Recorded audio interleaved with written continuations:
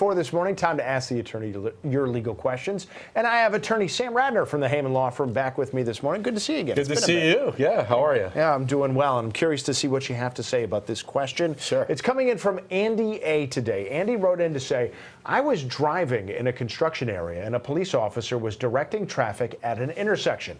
I had a red light, but the officer waved me through the intersection, and as I was going through, a driver on the cross street hit my passenger side and I was hurt. That driver is now claiming he never saw the officer. What do I do?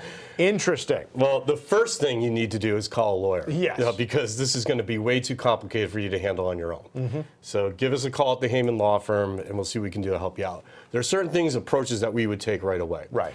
Number one, see if there's cameras in the area at the intersection. You never know. Maybe a security camera caught it. Maybe the police did some investigation on this because they knew that they may be tagged with some responsibility here. So we'll get to that in a second.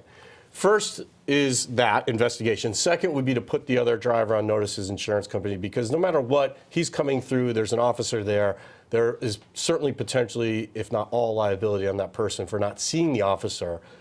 Maybe the officer was completely visible and should have been seen, no problem. Right. So that's the second thing. Okay. Third thing is the police.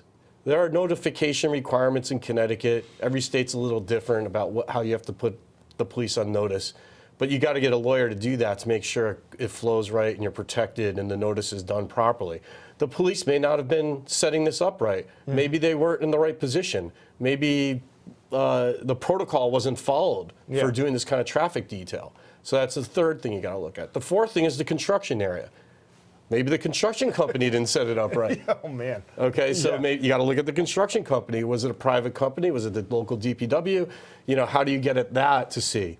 So a lot of the investment of time and energy into this is going to be dictated by the injury, right? Yeah. The more catastrophic the injury, and hopefully Andy's calling, so it's not that bad, but the more catastrophic the injury, the more cost it's going to take to investigate this and get experts maybe involved to analyze the protocol, to reconstruct the scene. So that's going to be a discussion that the attorney has to have with the client to determine what is in the client's best interest about proceeding and how to proceed. And it sounds like this is something that would take a lot of time, but that's not necessarily a bad thing because you usually want to have a lot of time to see just how bad the injuries are ultimately, right? Absolutely. Yeah. I mean, you know, you want to be on certain things right away, like seeing if there's security, because that security camera stuff can fade within 24 hours sometimes. Yeah. And if the police didn't secure it because they weren't thinking, hey, maybe we're going to be responsible, that could be a problem. Yeah. But the other stuff in terms of getting an expert to analyze the protocols, to get an expert to look at whether the construction company has liability here.